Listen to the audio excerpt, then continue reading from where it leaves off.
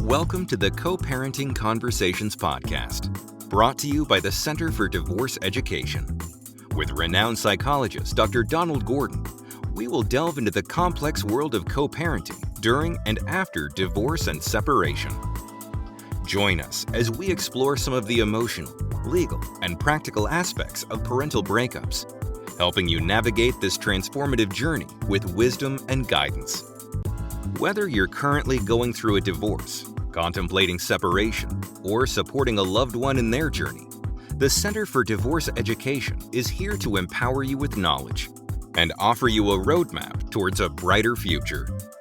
The information presented in this podcast is intended for educational purposes only. The presentation of this material is not intended to constitute mental health therapy or to diagnose mental health disorders. The presentation of this material is not intended to constitute legal advice. Participants are encouraged to discuss specific legal questions with a licensed attorney of their choice.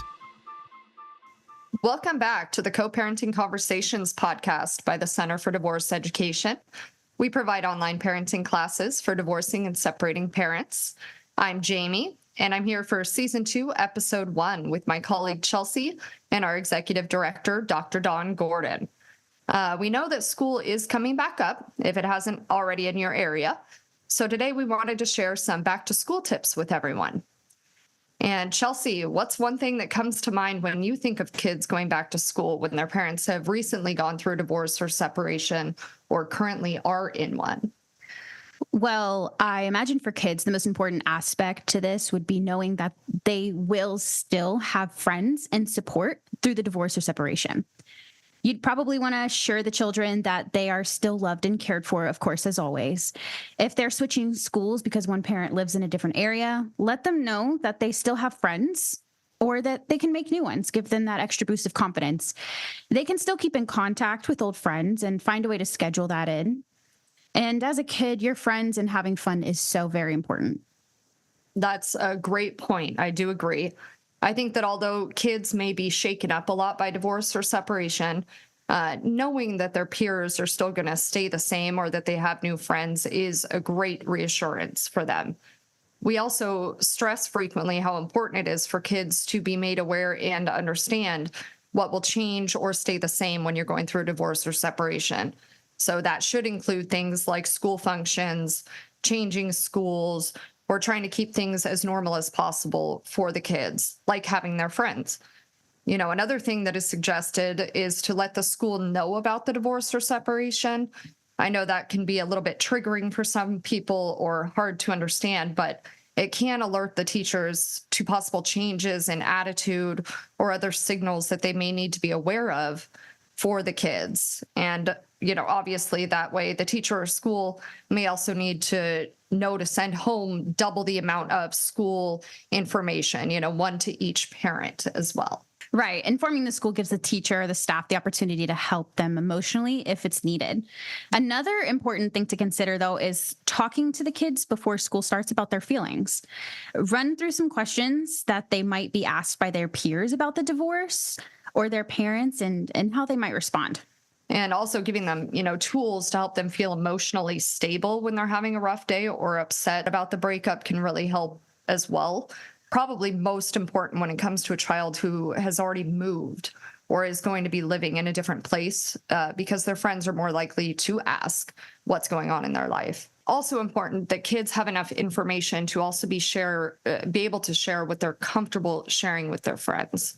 The living situation is obviously an important thing to know, which house they'll be at and when, or if they're moving, that they'll still be able to inform their friends and still have some sort of communication with them if possible. Let's go ahead and bring on Dr. Don and see what his expert advice is on the subject. Dr. Don, what are your thoughts on kids going back to school after or during a divorce or separation? Like you mentioned, Jamie, and Chelsea mentioned, it's important to let the school know about the divorce because kids need all the emotional support that they can get. And it prevents the children's behavior from being misinterpreted. For instance, if they're acting out, if they're angry, if they're withdrawn, the teacher might come down on the kids if they don't know what they're going through. So having the teacher know what's going on will give him or her the opportunity to provide some support and not overreact to the child's misbehavior. Quite often, teachers can be harsh and send a child to the principal's office or shame them in front of the class if they don't know what the child's dealing with. It's also important to keep the kids informed as best you can about what's going on. If they're going to a different school, they still need a peer group. They still need friends.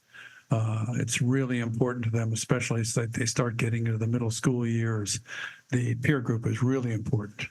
So if the child has moved to a different school out of their community, the parent needs to make some efforts to keep them in touch with their previous friends. And fortunately, with technology, FaceTime is a really good way to do that, where they can do FaceTime or Zoom calls with their friends.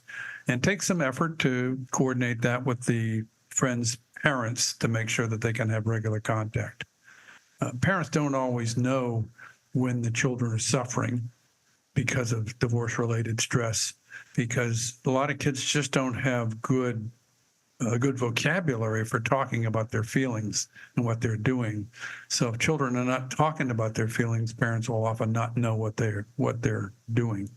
And if parents themselves are stressed, they're not going to be emotionally attuned to their children because they're physically prevented from that, because when they're in a fight or flight mode, they simply can't tune in to other people's feelings. Children can focus much better at school if they're not stressed.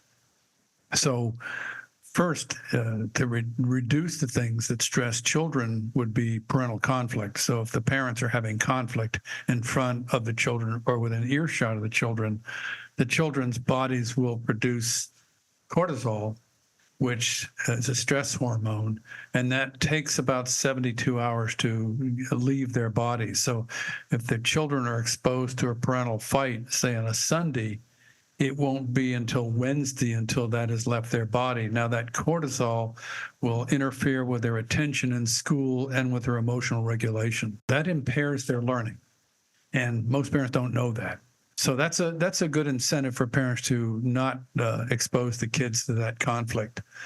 You can also directly help the children with their stress by using techniques that are demonstrated in our new children's program, which is called Children in Between for Kids. And these techniques include deep breathing. That's a really effective one. Naming their feelings, thinking of what they're grateful for, changing their thoughts. And it's most effective if parents can model these techniques for their children. In other words, demonstrate the techniques and then prompt their children to use the techniques.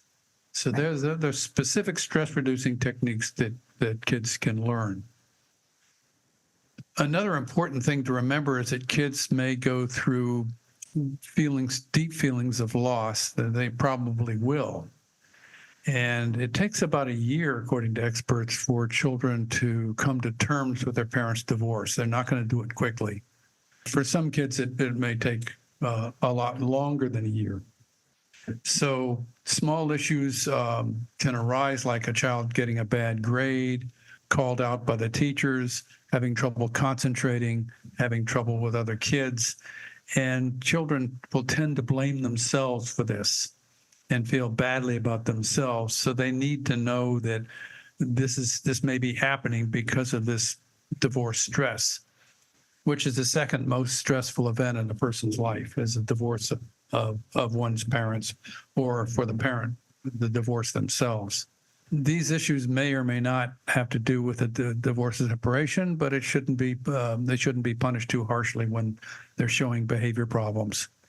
So if you help them express their feelings and let them know it's okay and normal to miss the other parent, that's important. Some parents are not very good at tolerating the child missing the other parent, particularly if they have a lot of anger toward another parent. So the child may get the message that they're not supposed to miss their other parent, or they can't talk about their other parent. And that makes it real hard for the kids to deal with that. Now, my real professional advice would be to pay serious attention to how your child feels and behaves during this divorce and separation. They may be having a harder time than you realize, and helping their emotional literacy, in other words, talking about their feelings, is a real good way to find out.